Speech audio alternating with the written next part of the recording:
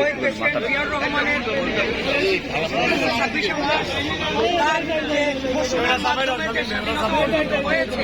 এবং এই 26শে মার্চ মহান স্বাধীনতা দিবস এবং জাতীয় দিবস এই উপলক্ষে আমরা আজকে শহীদ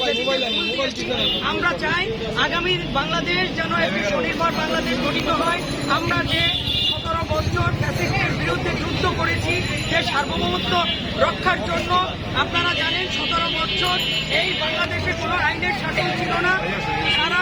বাংলাদেশটা একটা কারাগারে পরিণত হয়েছিল। সেই ফ্যাসিস্ট হাসিনাকে আমরা 24-এর গণ অভ্যুত্থানের মাধ্যমে এই বাংলাদেশ থেকে দাঁড়িয়েছি এবং আজকে এই স্বাধীন বাংলাদেশে আমরা আজকে এই শহীদ বেদিতে ফুল দিয়েছি এবং আমাদের গণপ্রজাতন্ত্রী বাংলাদেশ সরকারের